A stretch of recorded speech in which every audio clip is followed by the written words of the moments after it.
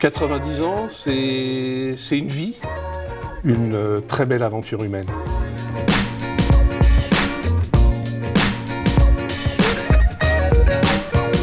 Il serait difficile de résumer l'histoire d'un club qui fête ses 90 ans en quelques mots.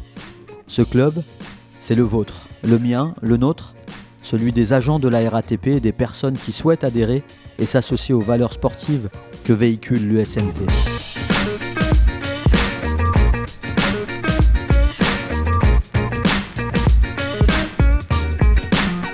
Partage, échange, savoir, transmettre, gagner ou perdre, peu importe.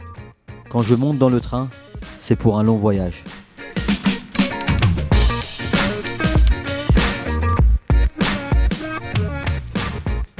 L'histoire de l'USMT commence en 1926. La création de l'US Métro, c'est quelques agents de la CMP, compagnie du métro parisien, qui, dans une dynamique de renaissance des Jeux Olympiques, en 1928, ont créé un club avec quelques sections sportives dans l'intention de participer aux compétitions nationales, internationales et bien entendu aux Jeux Olympiques.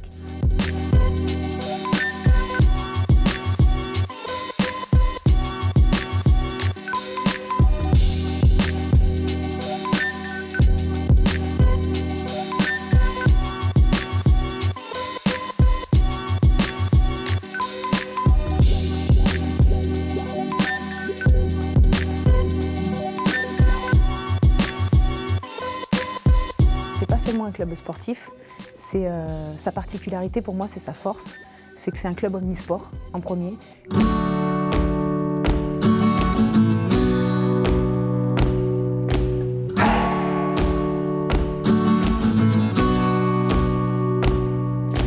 En 1939, l'USM compte 4112 membres, la section de basketball est championne de France chez les hommes. Peu avant la Seconde Guerre mondiale, le journal Métro Sportif cesse de paraître. En 1945, création des comités d'entreprise. Le 17 mars de la même année, naissance de l'Union sportive métropolitaine des transports.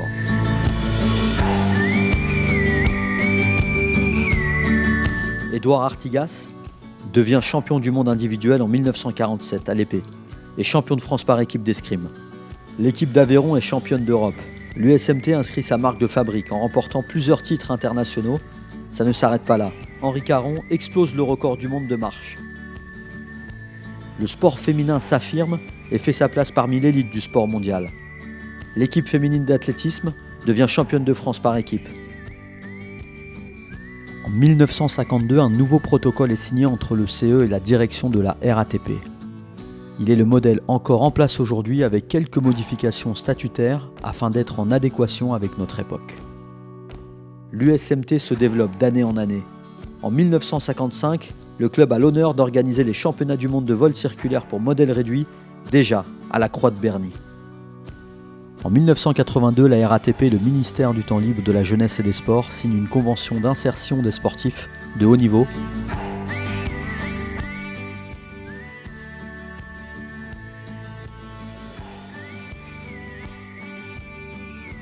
En 1952, une cogestion du club omnisport où le président était toujours issu de la direction générale, et cela jusqu'en 1995 où est arrivé le premier président issu du mouvement ouvrier de l'entreprise, Daniel Descamps.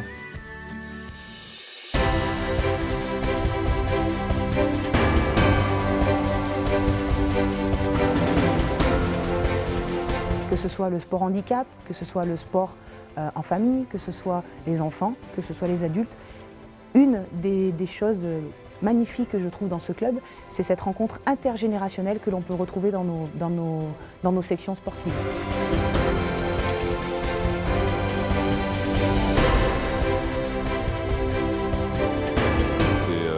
Des victoires, des défaites, toujours sous le même maillot, mais malgré ça, le plaisir d'appartenir à un vieux club, à une vieille identité comme l'US Métro.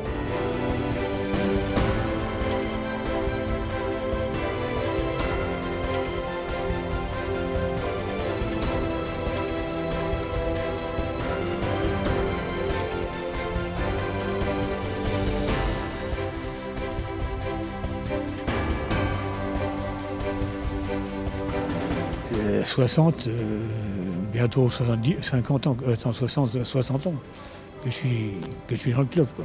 C'est le club de ma vie, disons, voilà. Ça va très très vite, une vie, on en fait tout un monde, et c'est long et c'est court.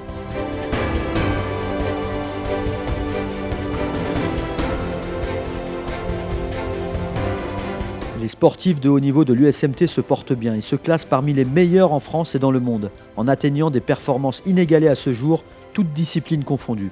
Ça a été fait pour faire du sport aux agents RATP et à leurs familles. Donc on a eu des grands sportifs dans ce club et c'est encore un des seuls clubs en France d'entreprise qui existe à ce niveau-là avec autant d'adhérents.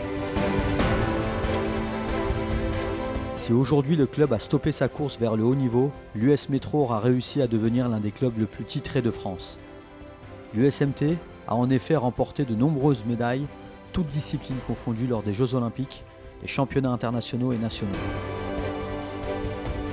L'US Métro propose aujourd'hui une multitude d'activités sportives pour tous, avec une approche du sport santé et la contribution au bien-être des agents de la RATP.